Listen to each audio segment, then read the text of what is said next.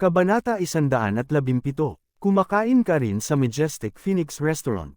Magaling iyan, G. Crawford. Darating ako, at makakapag-toast kami sa isang basong alak, panipi, ubo. Kung ang sino mang gumawa ng isang toast, dapat si Gerald. Kahit na ano yun, si Wesley pa rin ang nakatatanda sa kanya. Ngunit dahil inimbitahan siya ni G. Harrison, dapat na lang siyang lumapit pa rin upang masisiyahan silang magkainom. Paano niya hindi maibigay ang mukha kay G. Harrison? Ibinigay pa niya ang numero ng kanyang silid kay G. Harrison. Hindi ito big deal. At most, simpleng mamumuhunan lang siya sa hinaharap. Binaba na ni Gerald ang telepono. Si George at ang iba pa ay nakatitig pa rin kay Gerald. Hindi inaasahan yan. Ang isang tao ng ganitong uri ay maaaring magkaroon ng mga kaibigan sa Majestic Phoenix Restaurant. Panipi. Oo, napakaganda. Panipi. Nginis ng mga babae. Ngayon, ang katayuan ni Gerald sa kanilang mga puso ay bumagsak nang malaki. Oo, si Gerald ay alinman sa isang mababang profile na tagapagmana ng pangalawang henerasyon o isang taong nanalo ng loto ng kanilang mga puso bago ito. Napakayaman talaga niya. Maaari silang makakuha ng maraming mga benepisyo mula sa kanya. Gayunpaman, sa oras na ito, si Gerald ay isang playboy lamang. Mahal siya kapag may pera siya, syempre, ngunit ano ang mangyayari kapag nagkasakit at nagsawa sa kanya ang kanyang mga nagmamahal? Ano kaya siya noon? Bilang isang resulta, lahat ay may nakakagulat na pare-parehong pag-uugali sa kanya. Tapos, biglang bumukas ang pinto ng kwarto. Ang isang malaking bilang ng mga tao ay nasa labas. Humigit kumulang 20 hanggang 30 nasa edad na at matatandang lahat ay nakasuot ng suit at leather na sapatos, ay nagtipon sa labas. Nakatayo silang lahat sa labas ng pintuan na may hawak na baso ng alak. Naiwang tulala si George. Kahit na si Alice at lahat ay naging labis na kinakabahan. Ano ang nangyayari? Zeller. Charles Zeller. Ito. Mr.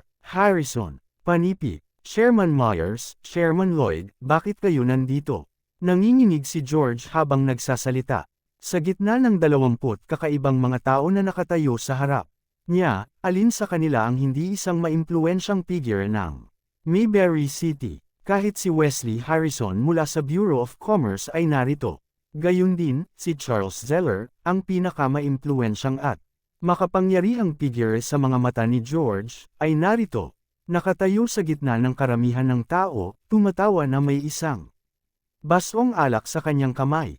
Maaari ba silang lahat magtipon dito para sa akin? Si George ay nasa isang malapanaginip na estado.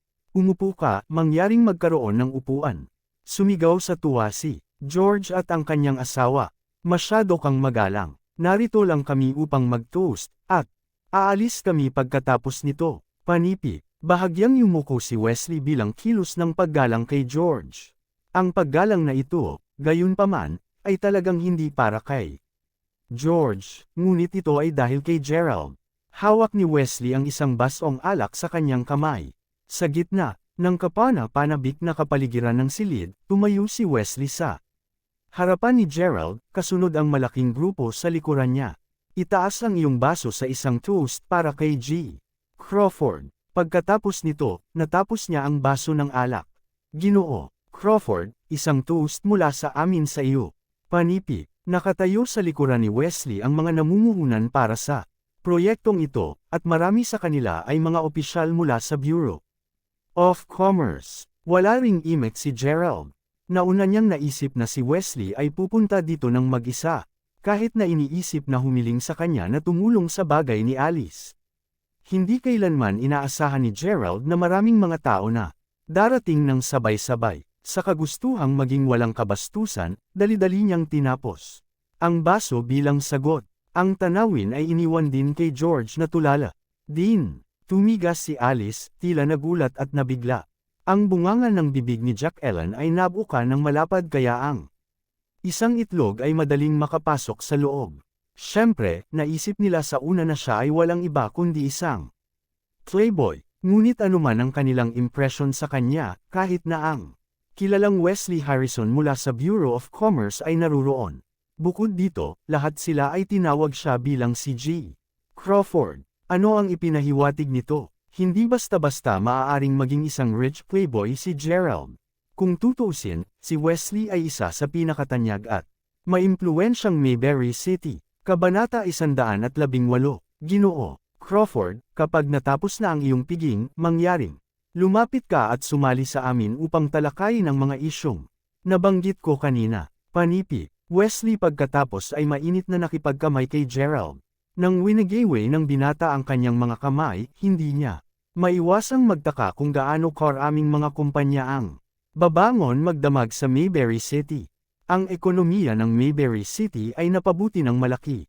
Ang lahat ay dahil ilang beses na pinirmahan ni Gerald ang kanyang pangalan. Siya ay isang binata ng ganoong kapangyarihan at tangkad, gayon pa man, hindi dapat maging isang mapagmataas o mapagmataas, mula sa simula hanggang sa wakas. Nanatili siyang magalang sa lahat ng tao sa kanyang paligid. Bihira. Ito ay talagang bihirang. Matapos niyang magsalita, iniwan ni Wesley ang silid kasama ang iba pa. Ang silid ay tahimik ngunit patay sa oras na ito.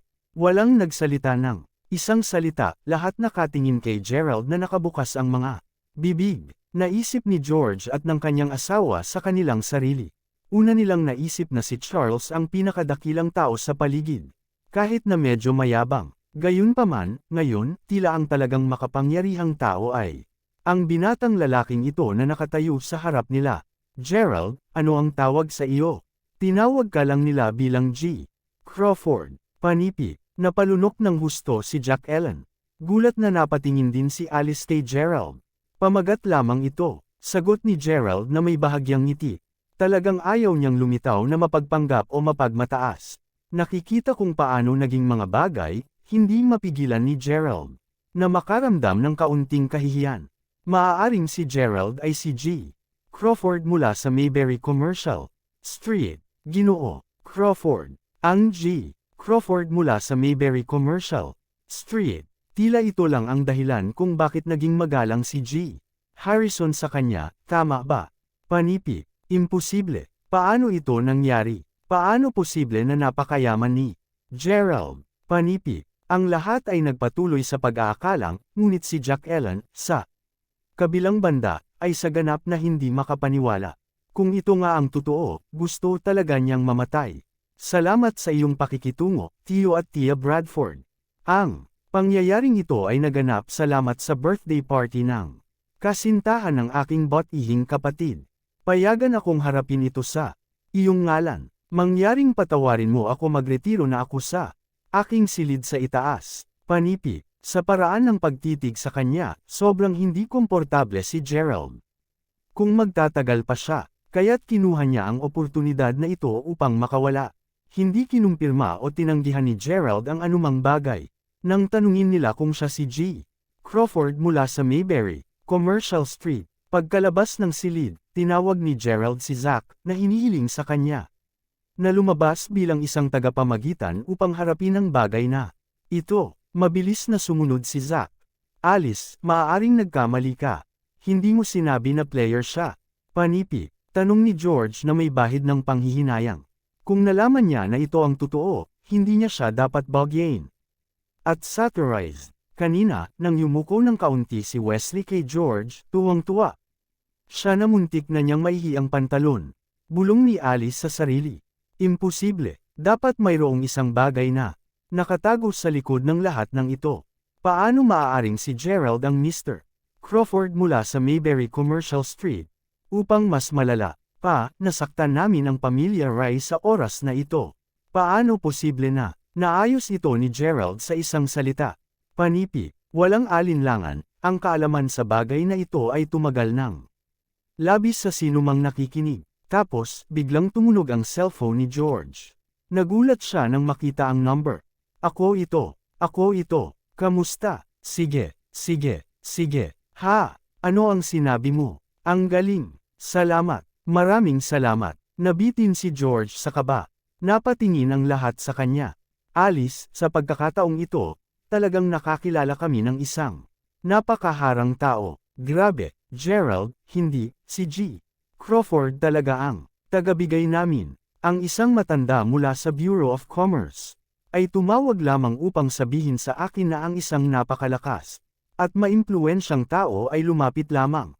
Matagumpay na, nalutas ang usapin, sabi ni George. Mahinang nadulas si Alice sa kanyang upuan nang marinig niya ito. Ang lahat ay talagang nakalink kay Gerald. Talagang napakalakas niya. Ngunit ano ang nangyayari? Sino itong Gerald? Ang bawat isa ay mayroong matagal na pag-aalinlangan sa kanilang mga puso. Nasa taas na si Gerald sa kanyang silid. Tinawagan niya si Zack upang tulungan ang mga tao mula sa dormitoryo ni Haley, kapwa pamilya nina Alice at Jack Ellen. Wala siyang pakialam kina Chad at Danny, at ayaw nilang alagaan sila. Ano pa ang kinalaman nila sa kanya? Hindi na inisip ni Gerald ang tungkol sa bagay na ito. Pagkapasok sa silid, nagpatuloy siya sa pag-inom kasama si Wesley at ang iba pa. Tungkol sa mahahalagang bagay na pinag-uusapan ni Wesley. Inaasahan lang niya na makadalaw si Gerald sa seremonya ng pagbubukas sa araw na magbukas ang mga pangunahing libangan. Dahil hindi ito isyu, pumayag agad si Gerald. Halos alas 11 na nang bumalik si Gerald sa campus. Nakahiga siya sa kanyang kama ngunit patuloy na naghuhugas at pag-ikot habang nadarama na hindi siya makatulog. Ding! Ding! Panipi! Tumunog ang mga abiso sa cellphone ni Gerald, sunod-sunod. Gerald, Gerald, tulog ka na ba? Magkita-kita tayo bukas ng umaga. Sa Western Cafeteria ng aming paaralan. May importanteng sasabihin. Ako sa iyo, hindi mo na kailangang sagutin ito. Panipi, sa unang tingin, ito ay isang text message mula kay Mila. Kabanata 119, maaga ng susunod na umaga. Dahil Sabado ito, nais ni Harper at ng natitirang mga lalaki na magising sa kanilang sariling oras. Hindi rin sila inabala ni Gerald, nagtungo sa Western Cafeteria ng mag-isa. Maagang dumating si Mila, at hinihintay na siya doon. Nagdala pa siya ng 2 set ng agahan. Piniritong bigas na may itlog at ham. Bumili ako ng bigas para sa iyo. Bilasan mo kainin mo. Nakangiting, sabi ni Mila. Hindi naman nahihiya si Gerald. Ano na, Mila? Ano ang gusto mong sabihin sa akin? Tanong niya habang kumagat. Nagbihis ng maganda si Mila ngayon. Ang kanyang patas na mga binti ay nahantad, at ito ay nagpalabog ng kanyang puso. Hindi mapigilan ni Gerald na titigan siya. Hehe, kaarawan ng aking lola ngayon. Babalik ako upang ipagdiwang ito para sa kanya. Panipi, umirap si Mila. Dapat alam mo ang tungkol sa relasyon namin ni Irene, di ba? Huwag mo akong sisihin sa pagiging maliit ko. Sa katunayan, hindi ako ang uri na nais na ihambing o gumawa ng mga paghahambing. Sabi nga, napaka-espesyal ng relasyon namin ni Irene. Ganoon na rin tayo mula nang ipinanganak. Inihambing namin ang lahat, mula sa kaninong mas mahusay na tunog, hanggang sa kung sino ang mas mahusay sa pag-aaral na nagsusuot ng mas magagandang damit, at natumanggap ng mas maraming papuri mula sa lahat. Hindi ko alam kung ipinanganak siya sa kanyang pagiging mapagkumpetensya, ngunit anuman ito, ayokong mawala sa kanya. Ay, tama, nakuha mo ba ang sinasabi ko? Tanong ni Mila habang nagpout. Tila naiintindihan ni Gerald, kahit kaunti ito. Hindi ko masyadong maintindihan. Humagulaw siya. Hindi niya talaga nakuha ang sinasabi nito. Marahil ay dahil sa lumaki si Gerald sa isang ganap na kakaibang kapaligiran. Pagkatapos ng lahat, alam niya na laging may mga tao sa mundong ito na namumuhay ng mas mahusay at may mga magagandang bagay kaysa sa kanya. Kahit na nais ni Gerald na ihambing, dati ay mahirap na siya at hindi niya kayang bayaran ang mga bagong damit para sa bagong taon. Ihambing, paano nga ba siya may kukumpara sa kahit sino man? Naturally, si Gerald ay palaging medyo naiinis sa mga makikipag-away o magpapakita ng kanilang kayamanan. Mayroong kahit ilang pagtutol mula sa kaibuturan ng kanyang puso. Marahil, masasabing labis siyang naguluhan dahil sa mga kalokohan ng mga mayayaman. Bagaman siya ay maruming mayaman, hindi kailanman naintindihan ni Gerald ang saloobin ng mayaman at saang direksyon patungo sa kanilang kaisipan. Sasabihin ko lang ito sa iyo ng malinaw. Gerald, alam mo naman na may boyfriend siya, di ba? Narinig kong sinabi ni Kyle na ibabalik ni Irene ang kasintahan niyang bastard upang ipagdiwang ang Kaarawan ng aking lola, narinig ko rin na ang bastardo ay naghanda ng isang espesyal na regalo para sa kanya. Kapag nangyari iyon, marami ang papuri kay Irene. Kaya, napagpasyahan kong ibalik ko rin sa akin ang kasintahan. Panipi, tinatanong mo ba kung magpanggap na kasintahan? Tila naintindihan ni Gerald kung ano talaga ang nangyayari ngayon. Oo, nais kong magpatuloy kang magpanggap na ikaw ang aking kasintahan, at maaari mong ipagpatuloy ang pagpapanggap. Bilang isang mayamang tagapagmana din. Babalik ako sa aking dorm upang maghugas bago ako lumabas at bumili sa iyo ng mga damit. Gerald, magandang matandang Gerald, mangyaring tulungan ako, hanggang sa wakas, nanligaw si Mila. Sa totoo lang, ang dalagang ito ay talagang napakaganda. Natagpuan ni Gerald na hindi niya kayang tanggihan ang kahilingan. Niya nang kumurap siya ng maganda ang mga mata at binuksan ang magandang maliit na labi. Gayunpaman, nakaramdam siya ng kakaibang pakiramdam. Maliwanag, nais niyang maging totoong kasintahan. Hehe, sa totoo lang, hindi na kailangan pang magpanggap ako. Mayaman, talaga akong tagapagmana. Panipi, mapait na ngumiti si Gerald sa kanyang puso. Sa sandaling sumang-ayon siya sa kahilingan ni Mila, inilabas niya ito upang bumili ng mga bagong damit. Talagang napakagwapo ni Gerald, sabay bihis na siya. Ngayon, pareho silang nagmamadali sa pagdiriwang ng kaarawan ng kanyang lola. Biglang nagring ang phone ni Mila. Ha, ano ang sinabi mo? Ayos lang, pupunta muna ako doon. Panipi, matapos isabit ang telepono, nagpakawala si Mila ng mahabang buntong hininga. Gerald, kailangan ko muna umalis. Nag-order kami ni Kyle ng isang Red Along kaarawan para sa aking lola, ngunit tila, may mali dito. Ito ay talagang nag-aalala sa akin. Bakit hindi natin ito gawin? Magkita tayo sa 11 sa harap ng pasukan ng Royal Dragon Villa. Tatawagan. Kita. Walang problema. Tumango si Gerald. Nagmamadaling tumawag si Mila ng isang taxi bago siya umalis. Mapait na ngumiti si Gerald. Pasado 9:00 pa lang ng umaga. Ano ang gagawin niya sa loob ng 2 oras? Oh, tama. Lisensya sa pagmamaneho. Dapat ay naipadala sa kanya ang kanyang lisensya sa pagmamaneho. Tumawag siya sa telepono upang tanungin tungkol dito. Tulad ng inaasahan, ang package ay nakarating na sa Surrey. Champagne. Tuwang-tuwa si Gerald, halos umakyat siya ng mataas. Kabanata 120. Ang kanyang pinakamalaking pangarap ay magmaneho ng kotse. Nais niyang magmaneho ng sasakyan na pag-aari niya, at hindi ito dapat maging isang mamahaling kotse. Ngayon, sa wakas ay maaari na siyang magmaneho. Hindi man sabihin, mayroon siyang isang Lamborghini. Magsisinungaling siya kung sinabi niyang hindi siya nasa sabik. Matapos kunin ang kanyang lisensya sa pagmamaneho, pumunta si Gerald sa kanyang sasakyan. Vroom, vroom, vroom. Panipi, isang bagong-bagong itim na pusat ang lumaktaw sa katawan ni Gerald. Pagkatapos nito, ang magandang kotse ay nagmaneho sa paligid ng parke. Maraming mga tao ang naglalakad sa paligid ng parke, at ang pusot ay nakaakit din ng pansin ng mga batang babae. Wow, pusot ito! Ito ang pinakabagong modelo mula sa taong ito. Mukhang maganda. Panipi, hindi ba higit sa 30,000 dolyar? Mukhang ito ang top spec. Ang kotse na iyon ay dapat na hindi bababa sa 45,000 dolyar.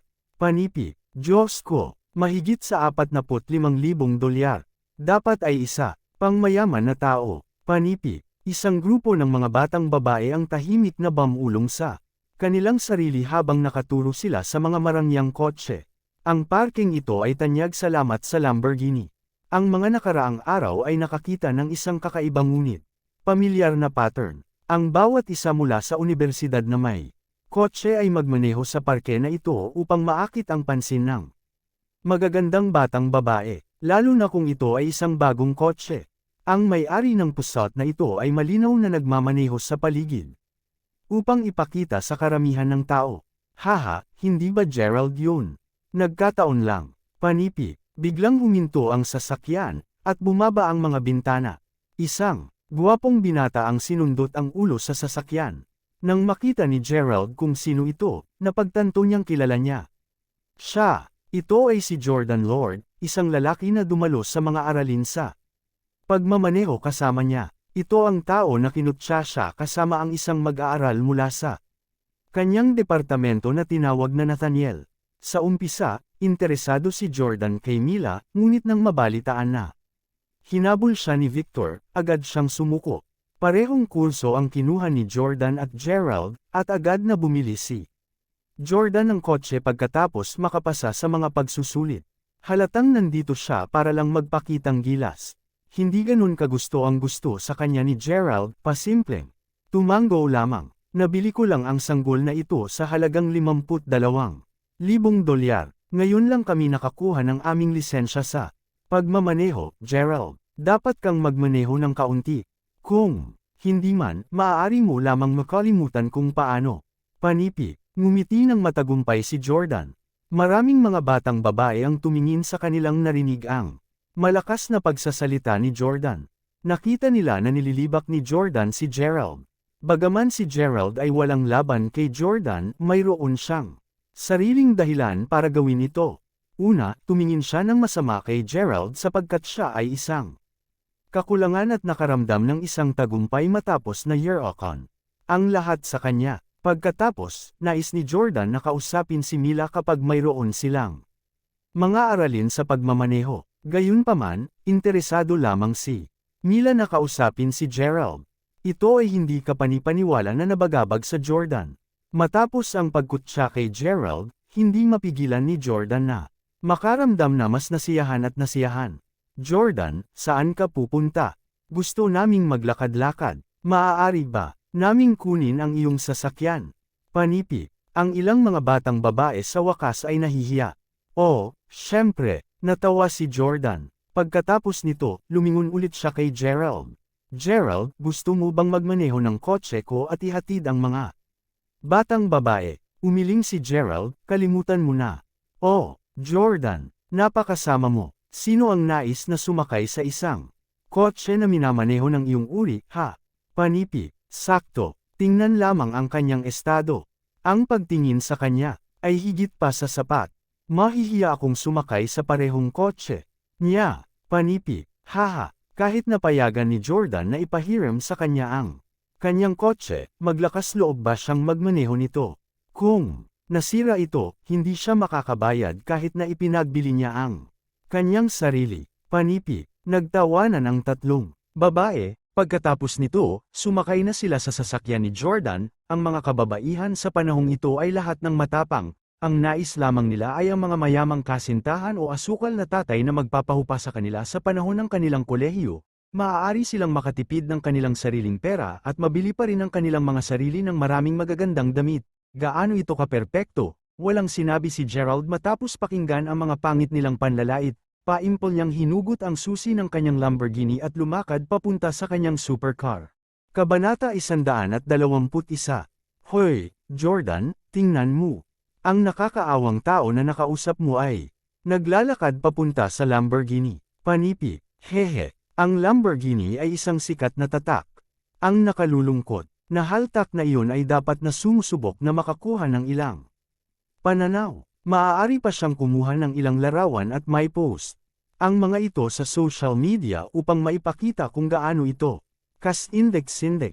Maraming mga tao tulad na Panipi, sumagot ang mga batang babae sa paghamak. Marahil, wala namang magagawa ang mga ganyang uri. Ngumisi, si Jordan. Nga pala, Jordan, alam mo ba kung sino ang nagmamay-ari ng kotseng ito? Hindi ko talaga alam, ngunit marami akong masasabi sa iyo tungkol sa pagsasaayos at loob ng kotseng ito. Ito ay isang disenyo ng unang klase, kahit na isang simpleng bahagi ay nagawa sa pamamagitan ng mahigpit na mga kalkulasyon ng data, lahat ng personal na pinangangasiwaan ng isang master na may dekada na karanasan. Panipi, nakangiting sagot ni Jordan. Pinukaw mo ang aming interes, Jordan. Pag-aalaga na, ipaliwanag pa sa amin upang malaman namin ang tungkol sa kotse. Tanong ng isa sa mga batang babae, na may isang sorpresa ang mukha. Sinasabi nila ito, hindi lamang dahil nais nilang matuto ng higit patungkol sa mamahaling kotse ngunit simpleng iDrag ang oras. Pag-isipan mo, 9:00 lamang ng umaga, at kahit bigyan nila siya ng isang lokasyon at pinadalhan sila ng Jordan doon. Ito ay isang pansamantalang enkwentro lamang. Kung naantala nila siya sandali, oras na ng tanghalian. Hindi ba, dapat pagamutan sila ni Jordan sa tanghalian noon? Hindi ba yun lalalim ang kanilang relasyon? Ang mga batang babae ay talagang mahusay sa pag-iisip ng mga laro. Hindi ito inisip ni Jordan, na ay parada ang sasakyan sa gilid bago ihatid ang grupo ng mga batang babae sa marangyang supercar. Hindi man siya naiinggit sa Lamborghini, alam na sapat na kahit na nagtatrabaho siya tulad ng isang toro sa buong buhay, walang paraan na maaabot niya ang ganoong punto. Sa parehong oras, lumakad din si Gerald papunta sa kanyang Lamborghini. Miss, bale kung lumayo ka, panipi. Kinusot ni Gerald ang kanyang ilong habang nakatitig ng walang magawa sa isang batang may buhok na matapang. Ngayon ay matapang na nakaupo sa hood ng kanyang Lamborghini. Bakit mo ako hinihiling na lumipat? Sino ka? Lumayo ka sa aking paraan. Sigaw sa kanya ng malabuhok na kagandahan. Ang taong ito ay nagsusuot ng mga damit na bago at maganda ang tingin sa kanya. Gayunpaman, marami na siyang nakita na mga guwapong tagapagmana. Sino siya akala niya? Gaano siya manggahas na hilingin sa kanya na ilipat? Sakto, tama iyan. Sino ka? Tignan lang kita. Ano ang karapatan mong hilingin sa amin na lumayo? Panipi, hehe. Alam ko na bilang mga batang babae, medyo walang saysay tayo, at nasisiyahan kaming mag-selfie. Bukod dito, medyo naiinggit kami kapag nakakita kami ng mga mamahaling kotse. Hindi ko talaga inasahan ang isang lalaki na sapat na nakakadiri. Talagang iniisip din niyang mag-selfie din. Panipi, oo, tigilan mo na ang kahihiyan mo. Panipi, ang mga batang babae na nakapalibot sa batang may buhok na buhok ay naggang na binabato at banibiro kay Gerald. Natigilan si Gerald sa mayabang at bastos na sinabi. Sampain mo yan, isang pangungusap lang ang sinabi niya, at sinalakay siya ng napakaraming tao. Lumakad si Jordan kay Gerald, nang inis ang ilong na taas. Kuya, Gerald, ano ang iniisip mo? Bakit ka nagse-selfie? Gusto mo bang tulungan kita Panipi. Pagkatapos nito, ibinaling niya kaagad ang tingin sa mainit na sisiw na nakaupo sa front hood. Beauty, pwede kang umupo sa car hood hanggat gusto mo. Ang chassis ng Lamborghini ay tulad ng walang ibang supercar. Ito ay solid. Tiyak na makatiis ito sa iyong magaan na katawan. Panipi, hahaha, salamat, guwapo. Napaka-sweet mo, hindi ka katulad ng talagang nakakadiri na dude. Nga pala, guwapo, pwede mo ba akong kunan ng litrato? Huli ako gamit ang kotseng ito mula sa malayo. Panipi, ang kagandahang buhok na parang buhok ay may mahusay na impression kay Jordan. Siyempre, higit pa sa handang mag-snap sa kanya ng litrato si Jordan. Kung sabagay, bakit pa siya bumili ng pusot? Hindi ba lahat para sa mga kababaihan? Masiglang tumanggo siya sa hiling. Sabihin, Brother Gerald, maaari mo bang ihinto ang pagharang sa pagbaril? Umiling si Jordan habang pinapaalala ang kay Gerald na nakatayo sa tabi ng sasakyan. Damn it, mawala ka. Sumisigaw ang kagandahang buhok na may pagkaway na walang pasensya. Hihihi, natatakot ako na kayo ang dapat mawala. Malamig na, sagot ni Gerald. Sa una ay nagkaroon siya ng napakasimpleng pag-iisip. Nais niyang tumabi ang magandang dalaga upang mailabas niya ang kanyang sasakyan. Pagkatapos nito, makukuha niya ang anumang larawan na gusto niya. Sa halip, ang kanyang mapagbigay na kilos ay sinagot ng pangungutya kahit na sa punto na mapag-alitan ng mainit na sisiw. Ito ay totoo lalo na para kay Jordan, nakakaengganyo mula sa sandaling makita siya. Ginamit lang ba niya si Gerald bilang paghahambing para lang magmukha siyang mabahong mayaman at kaakit-akit sa harap ng mga batang babae? Ginagamit ba niya ang kabab ang loob ni Gerald upang patunayan kung gaano siya kalakas at may kakayahan? Nanunuya ba siya upang masiyahan ang kanyang sariling kabanalin? Naramdaman ni Gerald na ang lahat ay magiging sa kanya kung magpapatuloy siyang panatilihin ang isang mababang profile. Hindi magtatagal, lahat ng tao ay yapakan lahat. Kung iyon ang magiging kaso, bakit magpatuloy na panatilihin ang isang mababang profile pagkatapos? Sino ang hinihiling mong mawala? Sa totoo lang naglakas loob ka, na itaas ang boses mo sa akin. Panipi, Kabanata 122. Sigaw ng kagandahang buhok na gulat. Sa sandaling sumiklab ang kanyang marahas na galit, tinaas niya ang kanyang mga kamay, nais na patulan siya. Big, big, bigla, ang apat na ilaw ng Lamborghini, na nanahimik ng higit sa isang buwan, ay kuminang ng maliwanag. Pagkatapos, halos agad-agad, ang makina ay nabuhay na may isang mababang dagandong. Ang mga pinto ay hindi nakaklik at bumukas paitaas. Ang kotse ay tila kumikinang ng napakaliwanag, ang katawan nito ay naglalabas ng isang ningning sa ilalim ng maliwanag na sikat ng araw. Mukhang matagal na itong naghihintay para bumalik ang may-ari nito. Inilapag ni Gerald ang susi sa kanyang kamay. Pagkatapos nito, dahan-dahan siyang lumakad papunta sa kotse at dumiretso para sa driver's seat. Ito ay ganap na tahimik kahit na higit sa 100 mga batang babae ang nakatayo sa malapit sa oras na ito. Ang biglang katahimikan ay nadama na parang planuhin na ito ng mundo ng maaga. Ang buong lugar ay naging ganap na tahimik. Bukas ang mata ng lahat ng masaksihan ng eksena. Ang bibig at mga mata ni Jordan ay bumukas ng malaki ayon sa kanilang makakaya. Ito, si Gerald ang nagmamay-ari ng Lamborghini na ito. Isang malakas, matinding hiyaw ang sumire sa buong katahimikan.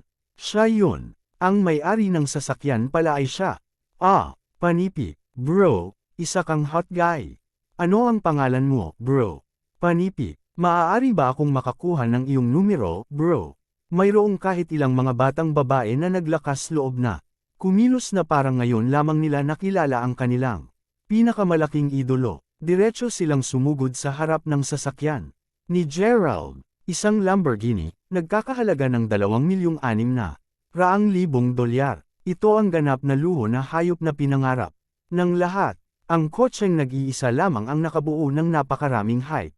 Lahat sila ay walang pasensya at sabik na naghihintay sa pagdating ng araw na ito. Ngayon, ang batang may-ari ng kotse ay sa wakas ay lumitaw sa harap nila. Nasa sasakyan si Gerald. Bagaman naka-soundproof ng maayos ang kotse, naririnig pa rin niya ang hiyawan ng mga batang babae sa labas. Sa katunayan, napakasarap ng kanyang pakiramdam ngayon. Sa wakas ay maaari na niyang magmaneho ng sarili niyang kotse. Ngunit ang pinakamahalaga, sa wakas ay mahawakan niya ang ulo. Alternasyon Didi. Panipi, sinubsob ni Gerald ang bintana ng kanyang kotse. Ngumiti siya kay Jordan, ngayon ay tulala na sa gilid, habang sinabi niya, Jordan, gusto mo bang subukan ang pagmamaneho ng kotseng ito? Pang-iinis niya, ibinalik ni Gerald ang eksaktong tanong sa Jordan gamit ang parehong pamamaraan. Napamura lang si Jordan. Hindi niya hahawakang kahit kaunti ang pagmamaneho ng kotseng ito. Ang kanyang mukha ay kahit na naging isang lilam ng berde. Ang taong tinitingnan niya ay marumi talaga. Hindi nabanggitin kung paano pa niya sinubukan na biruin siya. Kanina, hindi siya duwag, at simpleng ayaw niyang lumaban. Si Jordan ay talagang walang iba kundi ang isang payaso sa harap ni Gerald. Ang kanyang pusat ay nagkakahalaga ng halos $45,000. Ang kotse ni Gerald, isang napakalaking $2,600,000.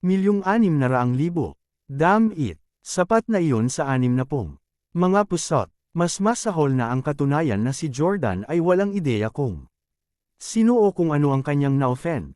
Ang tatlong batang babae na una na sumakay sa sasakyan ni Jordan ay walang imik din, hindi nabanggitin ang kagandahang buhok na nakaupo sa hood ng kotse ni Gerald. Sa madaling sabi, ang lahat ay nabigla nang masaksihan nila ang hindi kapanipaniwalang eksena. Nag-drive si Gerald sa gitna ng kaguluhan. Ito ang kauna-unahang pagkakataon na nagpakita ng ganito si Gerald sa publiko. Bukod dito, nagawa lamang niya ito dahil naramdaman niyang hindi na matatagalan ito. Biglang tumunog ang phone ni Gerald. Si Mila ang tumatawag sa kanya. Agad niyang kinonekta ang tawag. Gerald, nasaan ka? Bakit wala ka pa dito? Bilisan mo at lumapit ka. Sumakay ng taxi kung hindi mo ito makaya sa oras. Hinihintay kita. Sa harap ng pasukan ng Royal Dragon Villa. Panipi, okay, pupunta ako doon, sagot ni Gerald. Bago niya ibaba ang telepono, tila narinig ni Gerald na kinakabahan. Na sinabi ni Mila, tapos na ako. Hindi ko sinasadyang mali ang. Nasabi ko, panipi, para ring may isang batang babae na nakatayo sa tabi niya. Nagtanong kung ano ang tunog, Mila, hindi ba si Gerald, ang iyong kasintahan? Hindi ba siya kagaya ng sobrang yaman o ano? Bakit? Siya sumakay ng taxi. Panipi, Kabanata 123.